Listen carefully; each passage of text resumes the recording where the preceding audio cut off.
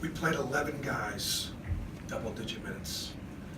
So you talk about still being in a process of sort of searching. Daniel Purefoy is a real important player for us, and his injury has put us in a position where we're kind of scrambling to find rotations and things like that. It was great to get Bryce Brown going again, and you can see what kind of offensive player he is. He helps on the defensive end, and it was great to get Horst Spencer playing a little bit more like he did a year ago, and Horst is a good leader in our locker room. So the fact that he played better, I think is going to be good for our chemistry. So those would be the two guys that probably played more. With Daniel, being out. We made enough shots. We made enough key plays. We played a good enough defense. Our first shot defense was pretty good. Our second shot defense was awful. Obviously, Missouri plays awfully hard. To have 25 offensive rebounds just tells you the kind of effort that those kids are still giving.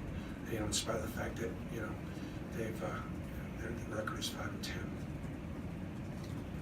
5-10. Mustafa Heron had struggled all game, and then as soon as Missouri ties it, hits that big three, and then the step in, bucket on the other end. How critical was it for him to come alive at that time? It was critical. I'll tell you a quick story. Mustafa went down yesterday in practice in Auburn. It went down pretty good, ankle. But he did it as he was jumping, not landing. But it really hurt, and he thought he hurt himself pretty good. Iced and taped, and we weren't sure he was going to be able to play. And his dad, who is in the corrections business, is a big tough guy, and he told Mustafa to take up all the tough pills, take that thing up and play. Most parents, I think, would probably say, well, let's you don't want to get hurt. He's got a great career, he does, but that tells you what kind of upbringing he's had. So early, didn't it look like he was playing on a bum ankle? I mean, he couldn't score, he couldn't do, he struggled.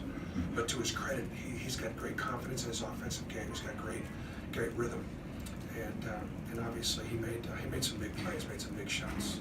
Almost had a double-double. Was it right or left ankle? I'm thinking about the tape. I guess it's his left.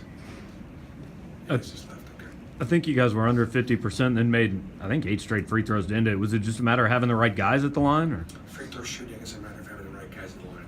That's all it is. And so, at the end, whether it be Jared Harper, Mustafa Heron, or Ronnie Johnson, getting those good free throw shooters to the line is the key. Bruce, defensively, what were you kind of concerned with Missouri tonight? The biggest thing we're concerned with was Purrier on the inside, and we did everything we could to try to limit his touches, and because they do a great job with their little big screening and getting him on the block, and so he was a real focus of our scout. He and Phillips. I don't know if Missouri's 3-point shooting against Georgia, they were 6-36. Was that something that you wanted to get them to do, was shoot more outside? Well, the percentages obviously are what they are, and so we felt like if we could try to build a wall and not extend too terribly much and get them to take contested jump shots, that would be the best formula that we might have to play better defense, and for them to shoot 32%. That's really good defense for us. The 12 blocks, I mean, was that just a product of that defense in Missouri making an effort to get it inside? Or? I think if you look at the guys that blocked him, Anthony McLemore, Austin Wiley, Horace Spencer, those are some pretty good athletic young big kids. Those 2 freshmen and sophomore. We got a very good young nucleus. We have a lot of young kids out there, and they're athletic. And so Missouri's a little undersized. They're a little undersized in the post in the sense that Woods and Purrier are both 6'7", 6'8", and our guys were just a little taller and good shot blockers. But I think part of that is a function of the fact that Missouri got the ball where they wanted it a lot. They just obviously we fouled them, and they shot 33 free throws, so we fouled them a lot. It seemed like every time in the second half Mizzou was about to go on a run, one of your guys would come up with a big shot to kind of snuff that out. What do you think went into that? Well, I thought that whether it was Jared Harper or Ronnie Johnson getting that middle ball screen and driving downhill and getting to the rim. And we have enough shooters out there that it makes it difficult when you set that top ball screen on those quick guards.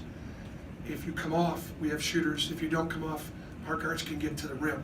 And I think that's what happened as far as, that's what I was trying to play call, for late. So we're good? Thank you.